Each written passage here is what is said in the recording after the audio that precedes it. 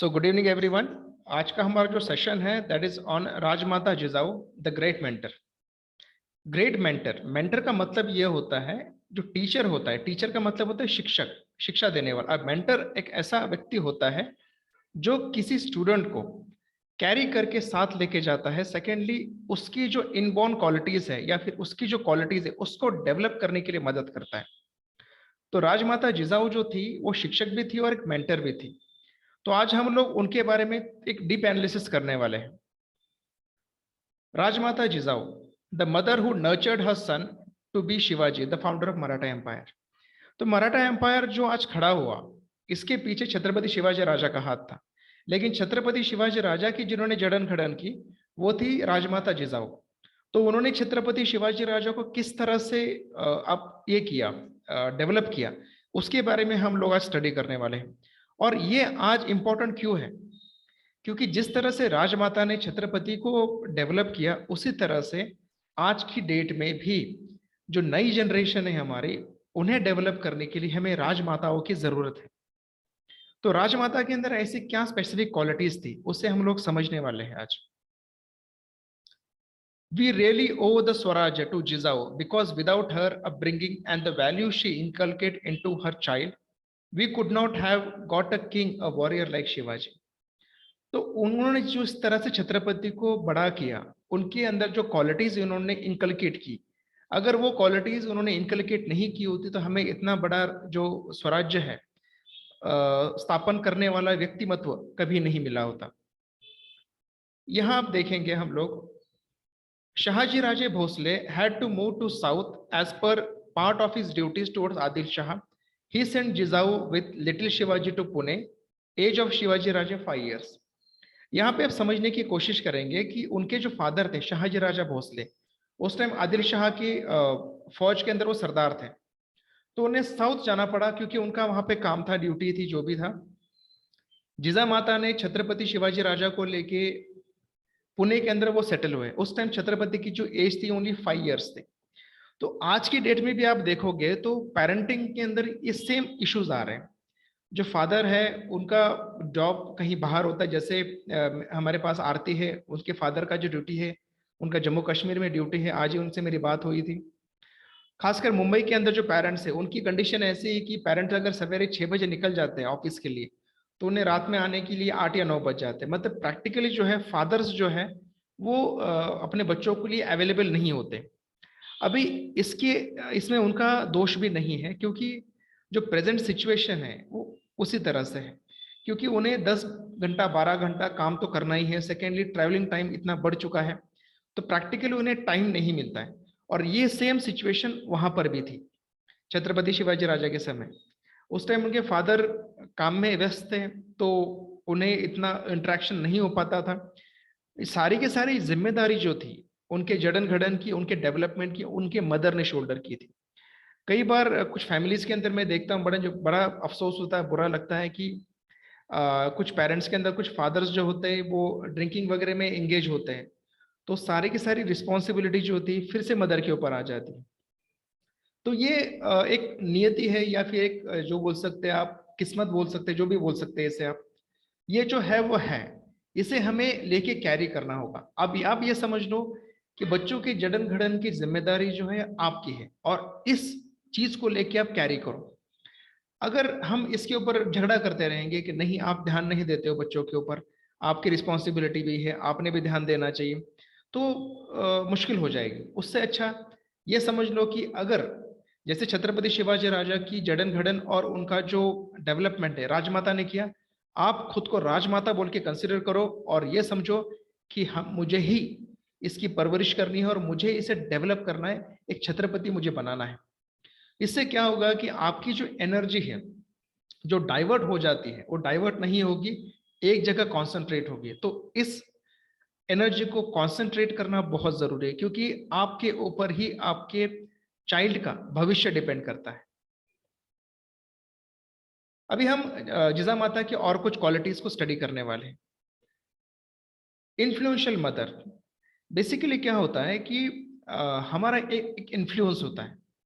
हर व्यक्ति का एक इन्फ्लुएंस होता है। साइकोलॉजी बोलती है अपना जो ब्रेन होता है, ब्रेन के पीछे एक ऑरा होता है। ओके, वो ऑरा पॉजिटिव भी हो सकता है, नेगेटिव भी हो सकता है। और हम हमारे ऑरा से, हमारे बिहेवियर से, हमारे थॉट प्रोसेस से हम हमेशा किसी न किसी को इन्फ्लुएंस करते रहते हैं। अभी आप छत्रपति शिवाजी राजा की प्रतिमा देखो, आपको एक अलग प्रेरणा मिलती है। अगर आप बड़े बड़े लीडर्स जैसे स्वामी विवेकानंद हो गए, डॉक्टर अंबेडकर हो गए, बहुत सारे लीडर्स हैं, उनके बारे में अगर आप उनको देखो, उनकी फोटोज देखो, प्रतिमा देखो, या उनके बारे में कुछ पढ़ो, तो आपको प्रेरणा मिलती है। तो उसी तरह से राजमाता जो थी वो एक प्रेरक व्यक्ति थी, और उनकी प्रेरणा इतनी थी खासकर महिलाओं में, कि उन्होंने अपने बच्चों को ये किया था, स्वराज्य के लिए स्वाधीन किया था, कि अगर हमारे बच्चे स्वराज के लिए अगर सैक्रिफाइस भी हो जाते तो हम उसके लिए रेडी हैं। तो आप देखो कि उनका जो इन्फ्लुएंस था मराठा साम्राज्य के अंदर कितना था। तो उसी तरह से आपका जो इन्फ्लुएंस है आपके फैमिली में, आपके घर में, आपके बच्चों पे बहुत ज्यादा होना चाहिए। आपको एग्जाम्पल से लीड करना पड़ेगा उन्हें। Woman with a vision. अभी woman with a vision, vision का मतलब क्या होता है कि जो दुनिया नहीं देख सकती वो आप देखते हो। अभी देखो, हम सबके पास एक विजन है। जैसे आपके सामने एक विजन है कि आपके बच्चों का फ्यूचर बने, वो डिफेंस के अंदर या फिर कहीं पर भी एक अच्छे ओहदे पे जाए, आर्मी भर्ती, पुलिस भर्ती, या फिर कोई भी नॉर्मल एग्जामिनेशन जो बोल सकते हैं हम लोग, group D, group C, group, उन एग्जामिनेशंस की तरफ ना जाए। लाइफ में वो कुछ भी करे लेकिन ऊंचाई पे रहे। ये आपका विजन है। इसी तरह से राजमाता का ये विजन था कि मराठा साम्राज्य स्थापन होना चाहिए। उस समय मुसीबत क्या थी? निजाम शाह स्ट्रांग था, आदिल शाह स्ट्रांग था, मुगल सल्तनत बहुत स्ट्रांग थी, सेकेंड ब्रिटिश एम्पायर वहां से अटैक कर रहा था। तो इंडिया जो था चारों तरफ से घिरा था, और उस समय इस राजमाता का विजन था कि हमें एक मराठा साम्राज्य स्थापन करना है। तो अभी आपके सामने समस्याएं बहुत होगी, नो डाउट। फैमिली इश्यूज होंगे, फाइनेंशियल इश्यूज डेफिनेटली होंगे, बहुत सारे इश्यूज होंगे आपके सामने। आपके पर्सनल इश्यूज भी हो सकते हैं, मेंटल स्ट्रेस हो सकता है, आपका जो काम है, घर का काम है, बाहर का काम है, वो सब स्ट्रेस हो सकते हैं। तो ये सारे स्ट्रेस डेफिनेटली आपके पास है, और हर इंसान के पास है, नो डाउट। लेकिन इसके अंदर भी आपने जो विजन आपके बच्चों के लिए देखा है, उस विजन को आपको कैरी करना है। अभी से आप ये विजुअलाइज करो कि आपका जो बच्चा है, आपका जो चाइल्ड है, उसने वो चीज अचीव की है। उसको आप यूनिफॉर्म देखना स्टार्ट करो, उसको आप उस ओहदे पे देखना स्टार्ट करो जो राजमाता ने देखना शुरू किया था, और उसी के चलते इतना बड़ा स्वराज्य खड़ा हो पाया। वुमन विद कंपैशन, राजमाता के अंदर कंपैशन था। उन्होंने देखा था कि उस समय मराठा साम्राज्य के ऊपर मुगल सल्तनत बहुत ज्यादा अत्याचार कर रही। तो उन जो पीड़ित लोगों के प्रति उनके अंदर कंपैशन था, तो उसी सेम कंपैशन को आपको भी आपके बच्चों में डालना पड़ेगा। इससे दो फायदे होंगे, एक तो वो बहुत ही अच्छे सिटीजन बनेंगे, और फ्यूचर के अंदर आप जब बुजुर्ग हो जाओगे तो आपकी भी केयर वही बच्चे उसी कंपैशन से लेंगे। तो वो जो कंपैशन है वो अभी से आपको आपके बच्चों में इनकलकेट करने की शुरुआत करनी होगी। होली स्क्रिप्चर्स, छत्रपति शिवाजी राजा का जो ट्रेनिंग हुआ था, वेद पुराण जो धार्मिक ग्रंथ है, उससे उनकी पहली ट्रेनिंग हुई थी। अभी अगर मैं पूछूं आपसे कि आप में से कितनों के घर में धार्मिक ग्रंथ है, तो मैक्सिमम के पास नहीं होंगे, और होते भी है तो हम उसको कभी खोल के नहीं देखते। क्योंकि होता क्या है कि हमारा सवेरे उठने से शाम को सोने तक हमारा पूरा दिन एंगेज है।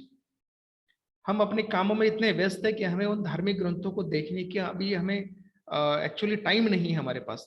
लेकिन जिजा माता ने उन धार्मिक ग्रंथों को खुद पढ़ा, खुद समझा, और उन धार्मिक ग्रंथों से छत्रपति शिवाजी राजा को बहुत कुछ सिखाया। तो ये हमें जरूरी है करना, क्योंकि उन धार्मिक ग्रंथों के अंदर बहुत नॉलेज है, और बहुत सारे ऐसे चीजें हैं कि जो हमें उन बच्चों को सिखानी आज जरूरी है। नहीं सिखाओगे आप तो ये टीवी, मीडिया और इनके अंदर वो सारे के सारे बह जाएंगे। सेकेंड है आर्ट ऑफ एडमिनिस्ट्रेशन और वेपनरी। तो एडमिनिस्ट्रेशन, राज कैसे चलाना, ये जिजा माता ने छत्रपति को बचपन में सिखाया था। अभी हम तो बड़े राजा नहीं है, लेकिन व्यवहार के बारे में आपको आपके बच्चों को सिखाना पड़ेगा। दुनिया कैसी है, दुनिया में आपको कैसे जीना है, कैसे आपको बिहेव करना है, वो जो व्यवहार है वो आपको सिखाना पड़ेगा। गर्ल्स के लिए आपके जो किचन के जो काम है वो आपको अभी से सिखाने पड़ेंगे। बॉयज के लिए उनको जिम्मेदारी कैसे लेनी है, घर की जिम्मेदारी वो आपको सिखानी पड़ेगी। कई बार ऐसा होता है कि घर के अंदर कुछ ऐसे इश्यूज होते हैं, फाइनेंशियल्स वगैरह जो भी है, हम बच्चों से दूर रखने की कोशिश करते हैं। हमें लगता है कि उन्हें हम डिस्टर्ब नहीं करेंगे, लेकिन कई बार एक चीज देखी गई है कि उनके ऊपर भी आपको रिस्पॉन्सिबिलिटी देनी पड़ेगी घर की। जब तक आप उनको रिस्पॉन्सिबिलिटी नहीं दोगे तब तक वो नहीं सीखेंगे। सेकेंड चीज आती है वेपनरी। आज की दुनिया में हमें अपने बच्चों को सेल्फ डिफेंस सिखाना बहुत जरूरी है, क्योंकि आगे की सिचुएशन क्या होने वाली है, कैसे होने वाले है, ये हमें कुछ नहीं पता। अचानक से रशिया ने यूक्रेन पे अटैक कर दिया। अभी यूक्रेन के जो सिटीजन है वेपन लेके खड़े हो गए अपने परिवार के लिए, अपनी रक्षा के लिए। तो उस तरह से कोई भी सिचुएशन कभी भी आपके ऊपर आ सकती है, आपके फ्यूचर में बच्चों के ऊपर भी आ सकती है। तो उस समय एटलीस्ट वो खुद की रक्षा कर सके, इसलिए उनको सेल्फ डिफेंस टेक्निक्स सिखानी जरूरी है। Political situation in lands. अभी पॉलिटिक्स से हमें एक्चुअली कोई मतलब नहीं है। अगर देखा जाए, हमें क्या लगता है कि पॉलिटिक्स जो है ये नेताओं का काम है, लेकिन हमें पॉलिटिक्स समझना जरूरी है। हमारे आसपास जो घटनाएं हो रही है इसे हमें समझना जरूरी है, क्योंकि क्या होता है कि इन घटनाओं का हमारे ऊपर 101% असर होता है। अभी यूक्रेन में जो प्रॉब्लम आ रही है, आपको बता दो कि आपके जो गैस है उसकी प्राइसेस बढ़ चुकी है।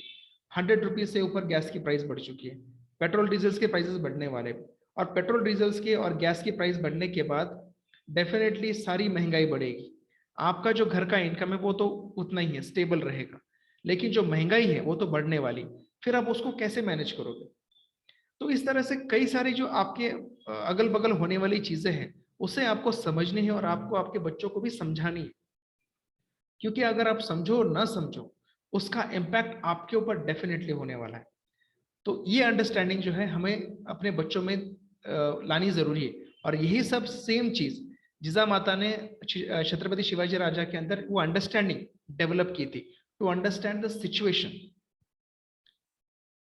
अब देखिए, रिस्पेक्ट फॉर वुमन। अभी खासकर जो बॉयज हैं उनके लिए मैं बता दूं कि मदर्स को, जो लड़के हैं उनको सिखाना होगा कि हाउ टू रिस्पेक्ट वुमन।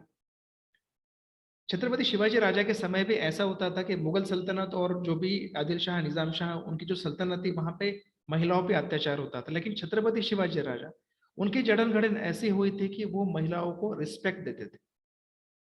तो यही सब चीज अगर हम अपने बच्चों के अंदर इंकलकेट करें तो जो फ्यूचर में होने वाले वायलेंसेस है अगेंस्ट वुमेन बहुत ज्यादा कम हो जाए।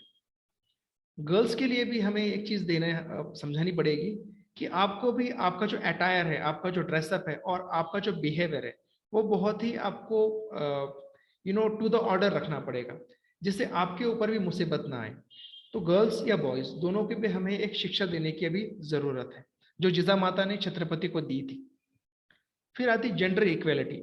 मुझे कभी कभी इस चीज का आज भी आश्चर्य होता है कि भारत के अंदर, इंडिया खासकर महाराष्ट्र में मैं देखता हूँ कि अगर सपोज कोई लड़का होता है तो उसे मतलब लोग मिठाई बांटते हैं, पेड़े बांटते हैं, और लड़की होने के बाद हम जलेबी बांटते हैं। इसका एक्चुअली मतलब क्या है, रीजन क्या है, आज तक मैं समझ नहीं पाया।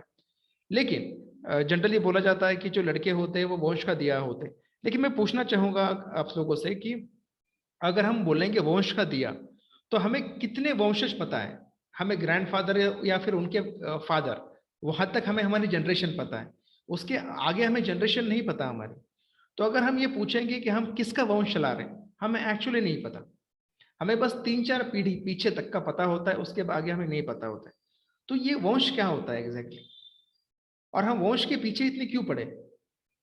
वो सब कुछ नहीं है। एक्चुअली देखा जाए तो हमें जेंडर इक्वेलिटी रखना जरूरी है। जो शिक्षा हम बॉयज को दे रहे हैं वही शिक्षा हमें गर्ल्स को भी देनी है। जो फैसिलिटी हम अपने बॉय को दे रहे हैं वही फैसिलिटी हमें गर्ल्स को देनी जरूरी है। दोनों को हमें इक्वल ट्रीट करना पड़ेगा। और यही सब चीज जो है जिजा माता ने छत्रपति के अंदर इनकलकेट की थी उस जमाने में।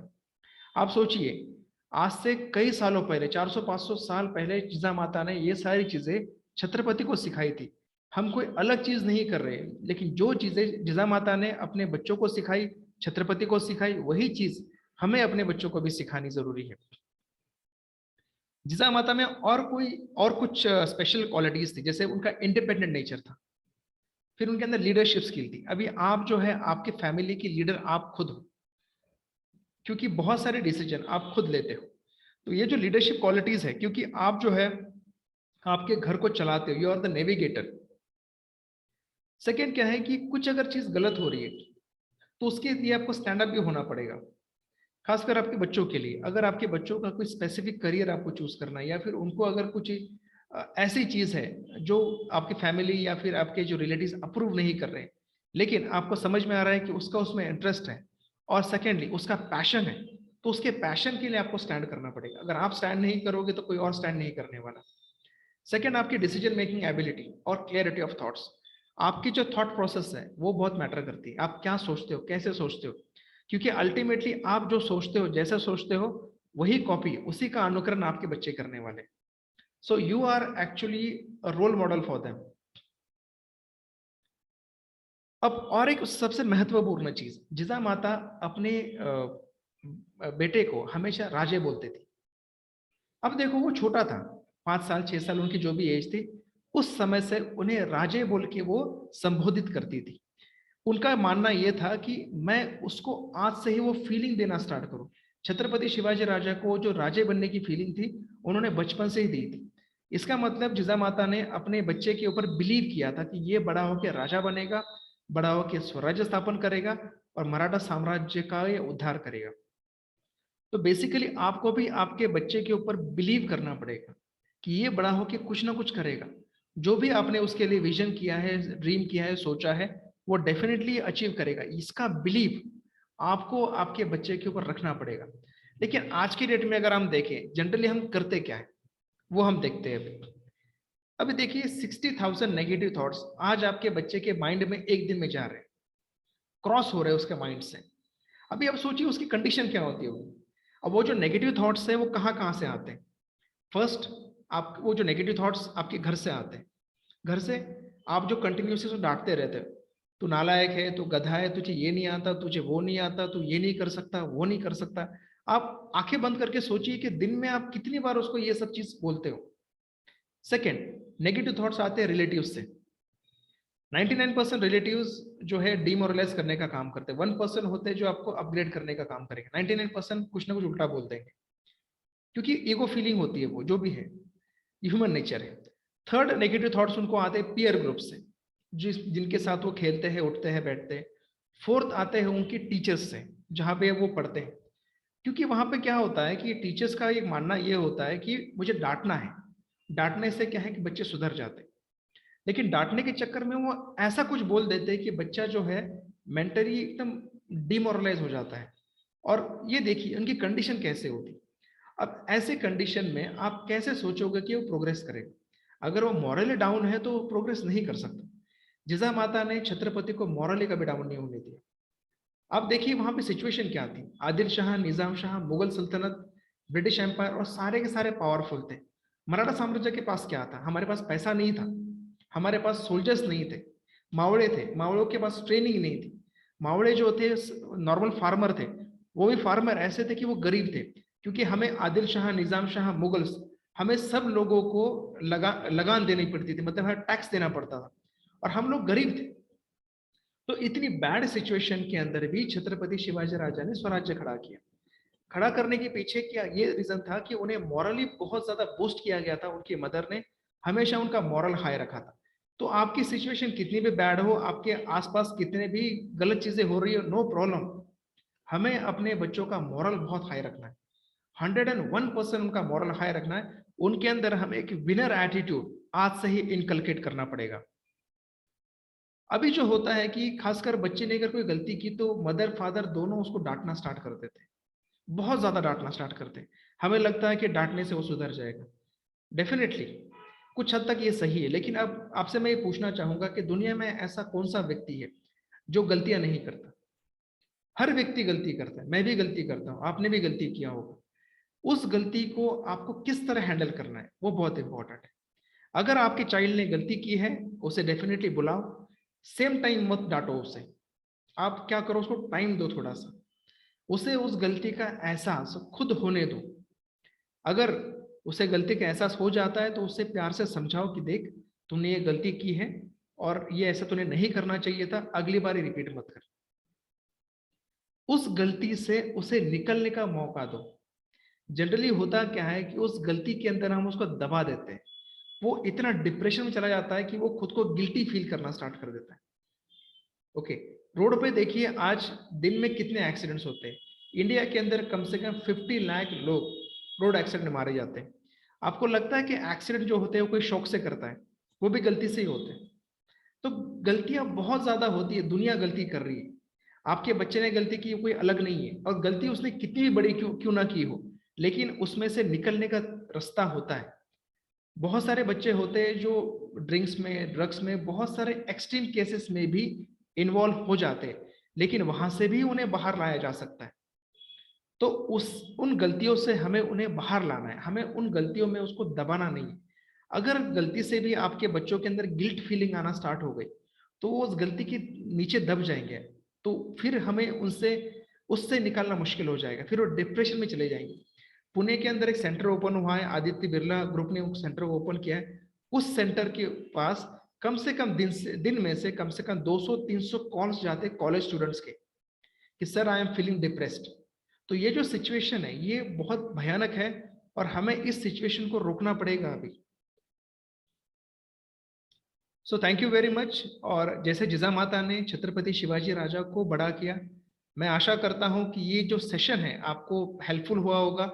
और अगर हम कुछ जिजा माता ने जो टेक्निक्स यूज किए थे या जो स्ट्रेटेजीज यूज की थी, उसको अगर हम अपने बच्चों के लिए यूज कर सके, तो डेफिनेटली हमारे बच्चे एक अच्छे मुकाम तक पहुंच पाएंगे। So thank you very much. अगर आपको सेशन अच्छा लगा हो तो डेफिनेटली इस पर कमेंट जरूर कीजिए। Thank you very much.